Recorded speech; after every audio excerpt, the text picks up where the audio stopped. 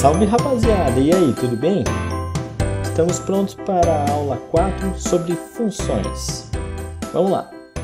Primeiro eu quero começar com um problema bem básico para dar ideia do que é função. Apenas iniciar aí, introduzir o conceito para vocês. Então temos um problema aqui do Rob Gleison, que resolveu pegar um táxi e ir até a casa da sua amiga Bia Alice. Assim que entrou no carro, perguntou ao taxista qual era o valor cobrado pela corrida. E o taxista então explicou. São R$ 13,50 pela bandeirada inicial, mais 50 centavos por cada 100 metros rodados. Se a casa de Bia Alice fica a 5 km da casa de Rob Gleison, qual será o valor cobrado para essa corrida? É um problema bem simples, mas é ótimo para iniciar a ideia de função. Então, captando aí as informações do problema, temos que custa R$ 3,50 a bandeirada inicial e mais 50 centavos a cada 100 metros rodados. Certo? Então vamos lá. Se a casa de Bia Alice fica a 5 km da casa de Rob Gleison, então primeiro a gente precisa fazer essa transformação de 5 km para metros, porque afinal nossas informações aí estão em metros. Então 5 km corresponde a 5.000 metros. Só que é cobrado 50 centavos a cada 100 metros. Então eu preciso ver quantos conjuntos de 100 metros há nesses 5.000 metros. Então o que eu posso fazer? Efetuar a ideia da divisão. Então eu vou dividir os 5.000 por 100 metros e eu vejo que dá 50. Então eu tenho 50 blocos de 100 metros em 5.000 metros. A partir daí eu posso começar a calcular o valor a ser pago. Então eu começo multiplicando cada um desses 50 blocos por 50 centavos, mas eu não posso esquecer também de incluir a bandeirada inicial de R$ 3,50. 50 centavos vezes 50 gera os 25. Mais os 3,50, temos um valor aí final de R$ 28,50. Esse será o preço da corrida para o Rob Gleison. Mas e se a distância fosse de 12 km? Então nós temos aqui uma variação do problema, onde a gente pode começar a modificar para qualquer distância. Então, de modo similar à resolução anterior, a gente vai pegar os 12 km, transformar em metros, 12.000 metros, dividir esses 12.000 metros por 100 metros para ver quantos blocos de 100 metros há em 12.000 metros.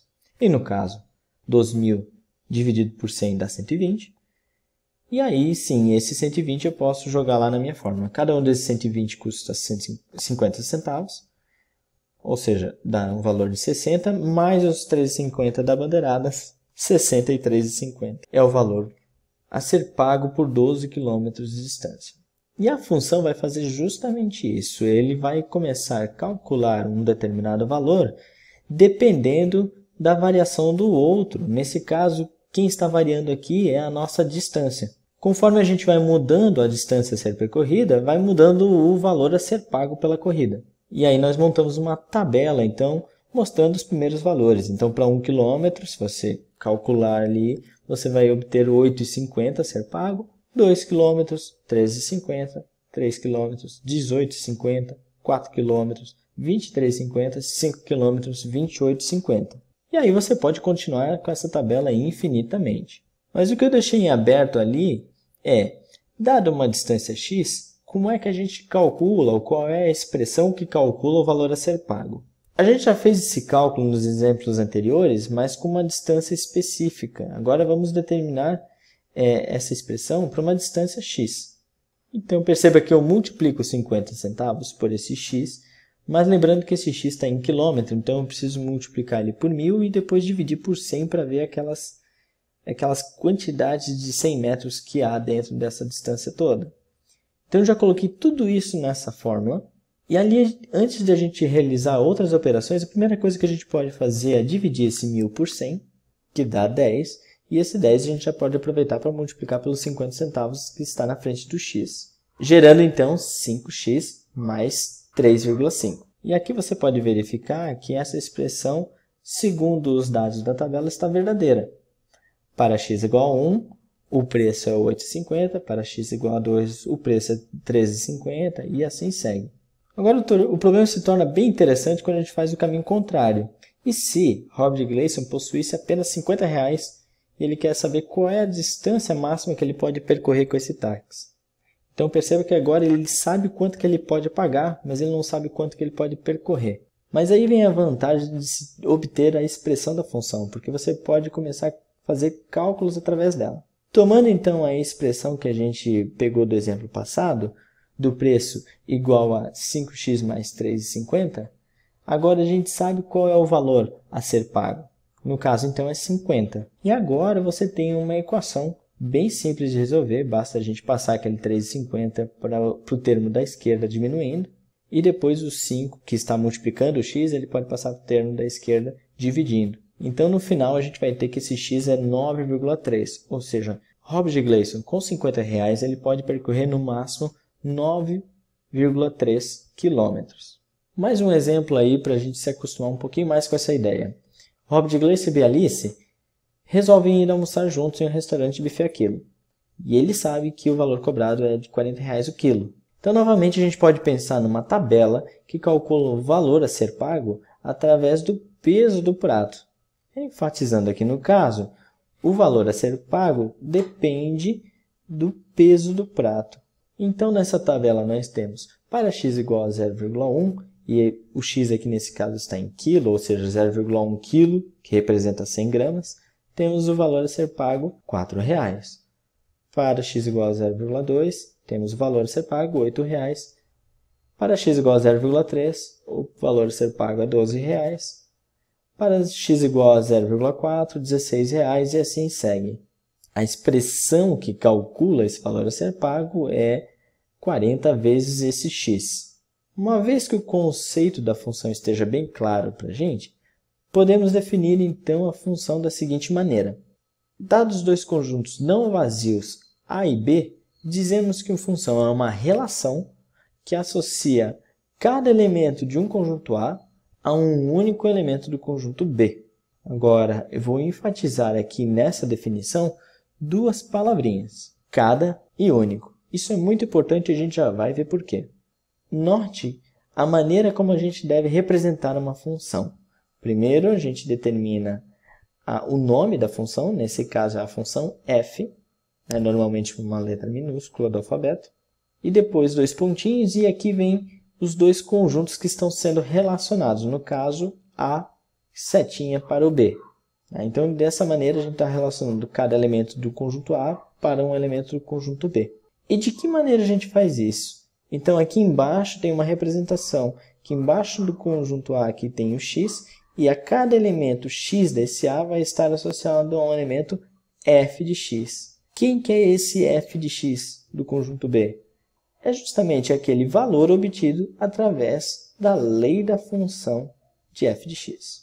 Uma outra maneira que a gente pode representar uma função é utilizando o diagrama. Então, temos aqui um conjunto A e um conjunto B, duas bolinhas. Então, você tem que dentro do conjunto A você tem um elemento x e você puxa uma setinha para um elemento f de x que está dentro do B. Dessa maneira, você está dizendo que você está associando um elemento do conjunto A, o elemento x, a um elemento do conjunto B, f de x. Então, um exemplo que eu vou colocar aqui, um exemplo bem simples, mas só para a gente entender, a princípio, a definição da função. Temos a função f, que associa dois conjuntos. Quais são esses conjuntos? O primeiro conjunto é o conjunto dos elementos 1, 2, 3 e 4. E o segundo conjunto é o conjunto dos elementos 2, 3, 4, 5 e 6. Então, ele vai pegar cada elemento x desse primeiro conjunto e vai associar um f de x. Nesse primeiro exemplo, a gente não vai dizer de que maneira que ele vai fazer esse f de x. É só para a gente entender a ideia da associação. Então, no meu diagrama, no conjunto A temos 1, 2, 3, 4. No conjunto B nós temos 2, 3, 4, 5, 6. E o 1 está associado ao 2. O 2 está associado ao 3.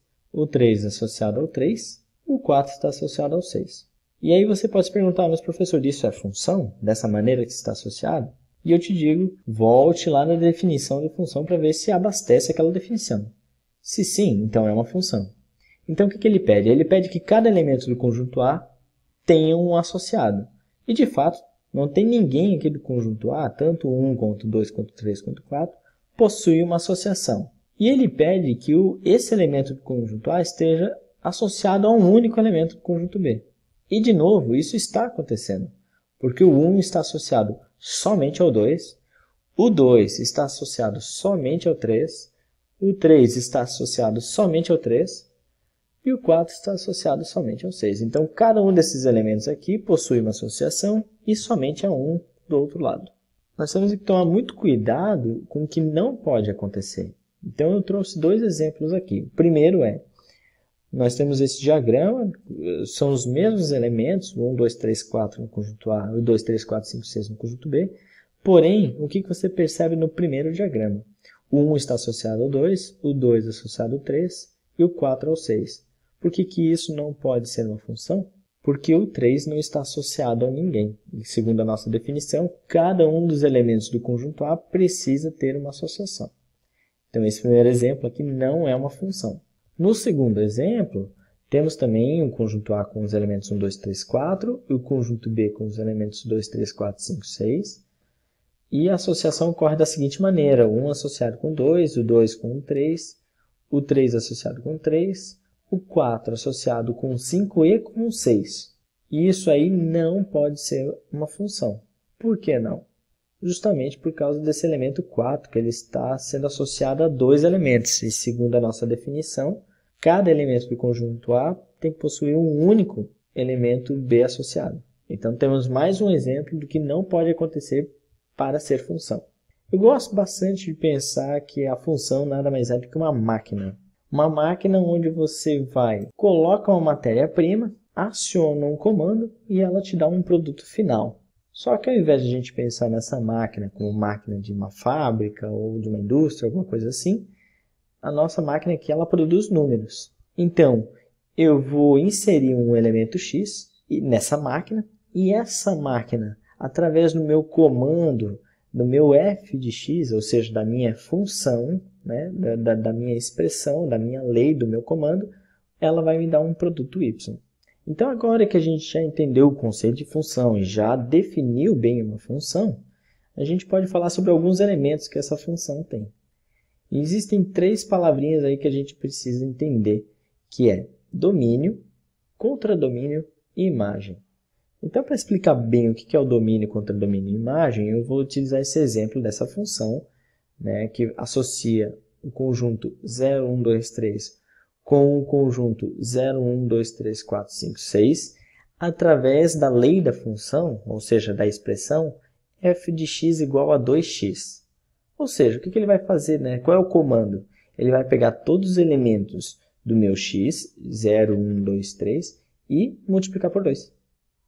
Esse é o comando dele, multiplicar por 2. Então, ele vai me gerar alguns produtos, que esses produtos eles têm que estar presentes nesse meu segundo conjunto, 0, 1, 2, 3, 4, 5, 6. Fazendo a representação em diagramas, então nós temos o conjunto A aqui com os elementos 0, 1, 2, 3 e o conjunto B com 0, 1, 2, 3, 4, 5, 6. E aqui, nessa função, é elementar, é básico, fácil de ver que o elemento 0 ele vai estar associado ao próprio 0, porque 2 vezes 0 é 0. O elemento 1 ele vai estar associado ao 2, porque 2 vezes 1 é 2. O elemento 2 vai estar associado ao 4, porque 2 vezes 2 dá 4. E o elemento 3 está associado ao 6, porque 2 vezes 3 é 6. Então, vamos começar pelo domínio. O domínio é justamente esse conjunto A, o conjunto ao qual você vai tomando aí os números para fazer as contas. São os números que você dá de entrada, ou seja, aquela matéria-prima da nossa máquina. Então, nesse caso, o domínio dessa minha função é o conjunto 0, 1, 2, 3. Temos como contradomínio o outro conjunto ao qual a gente está relacionando, ou seja, o 0, 1, 2, 3, 4, 5, 6. Agora, perceba que não foram todos os valores que estiveram sendo associados aí no conjunto B. Os valores que foram associados foram somente o 0, 2, o 4 e o 6. Ao conjunto desses números a gente chama de imagem da função. Então aqui temos um ponto onde causa muita confusão entre os alunos, entre o que é contradomínio e o que é imagem. Contradomínio é aquele conjunto ao qual a gente está associando. Porém, imagens são os produtos que a gente obteve através da função. Nesse caso, os produtos foram 0, 2, 4, 6. Então, o conjunto imagem é apenas 0, 2, 4 e 6. É interessante notar também que o conjunto imagem ele sempre vai ser um subconjunto do contradomínio. E só lembrando que como todo conjunto pode ser subconjunto dele mesmo, como a gente já viu em aulas passadas, então pode ser que a imagem seja igual ao contradomínio em algum caso. Segue aí mais alguns exemplos de função. Temos a função f de 0, 1, 2, 3 para o conjunto 0, 1, 2, 3, 4, 5, 6. Só que agora a lei da função é x mais 1. Então vamos lá. Qual é o conjunto domínio? O conjunto domínio é o conjunto 0, 1, 2, 3. Qual é o nosso conjunto contradomínio?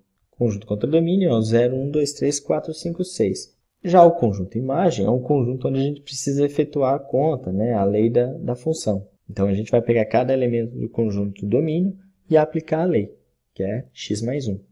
Então, para o 0, 0 mais 1 gera o 1, o 1 mais 1 gera o 2, o 2 mais 1 gera o 3 e o 3 mais 1 gera o 4. E todos esses elementos têm que estar presentes lá no conjunto do contradomínio. Se não tiver, não pode representar uma função. Então, nosso conjunto imagem é o conjunto 1, 2, 3, 4. Outro exemplo aí de função. Função f, 0, 1, 2, 3, para o conjunto 0, 1, 2, 3, 4, 5, 6, 7, 8, 9.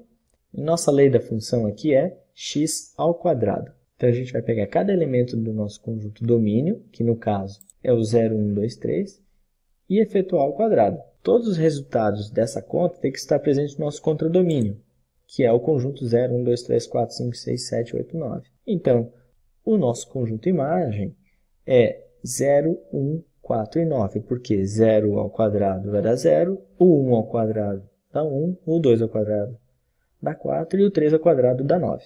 E aí temos um exemplo com os conjuntos numéricos que a gente aprendeu nas aulas passadas. Então, nós temos uma função f que parte dos conjuntos dos números naturais para o conjunto dos números inteiros. Onde, qual a operação que ele faz? Ele pega o número e faz o oposto dele, ou seja, menos x. Então, qual é o meu conjunto domínio? É o próprio conjunto dos números naturais. Qual é o meu conjunto do contradomínio? É o próprio conjunto dos números inteiros. Agora, o meu conjunto imagem, perceba que como eu estou pegando todos os naturais e fazendo o simétrico deles, eu acabo gerando todos os inteiros negativos. Então, o meu conjunto imagem são todos os inteiros negativos, contando com zero, sim. E agora umas observações finais. Se o domínio e o contradomínio de uma função f que vai de a para b não estiverem mencionados, a gente tem que fazer as seguintes considerações. Como contradomínio do conjunto, a gente vai considerar o maior conjunto que a gente conhece, no caso, o conjunto dos números reais. E o domínio, a gente vai pegar o maior subconjunto possível desses números reais, tal que a lei da formação possa ser definida. Falando assim parece complicado, mas vamos ver alguns exemplos. Eu peguei 3 exemplos aqui. f de x é igual a x², g de x é igual a 1 sobre x menos 1, e h de x é a raiz quadrada de x menos 3. No primeiro caso, a gente pode observar que qualquer número real eu posso colocar no lugar de x, que a função vai me gerar um valor como resultado. Então, como eu não tenho nenhuma restrição para esse x, o conjunto domínio de f será o próprio conjunto dos números reais. Já o segundo exemplo, g de x igual a 1 sobre x menos 1, não é qualquer valor que eu posso colocar para x que a função vai me gerar um outro valor. Neste caso, como isso se trata de uma fração, a gente sabe que no denominador a gente nunca pode ter o zero. Então, aquele x menos 1 não pode ser zero. E o valor de x que geraria um zero ali no denominador seria x igual a 1. Então, o 1 é o único valor que o x não pode obter nessa função. Fora isso, qualquer outro valor real está valendo.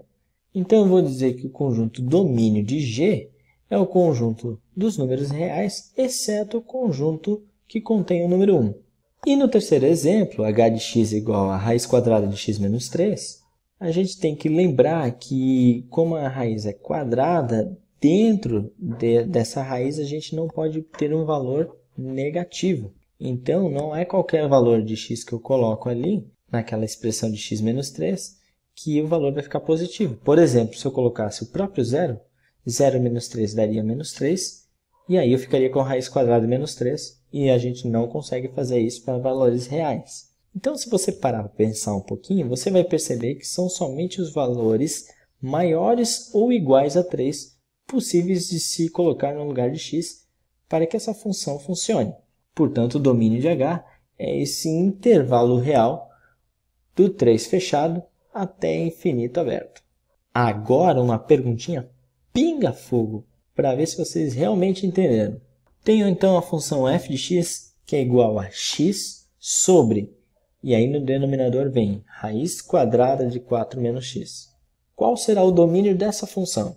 Você está certo se você respondeu que o domínio dessa função é o intervalo do menos infinito até o 4 aberto. Por quê? Primeiramente você tem que perceber que aquela raiz quadrada eu tenho que ter valores positivos dentro dela. Então, 4 menos x tem que ser maior que zero. Ou seja, o x tem que ser menor que 4.